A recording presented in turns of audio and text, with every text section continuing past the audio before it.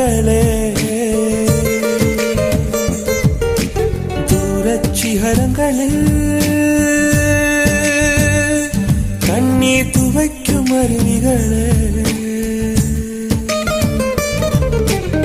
இயற்கை தாயின் மடியை பிரிந்து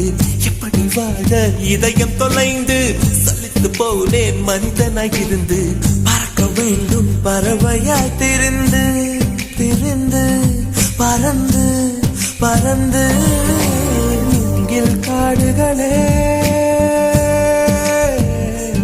வந்து முனகும் பாடல்களே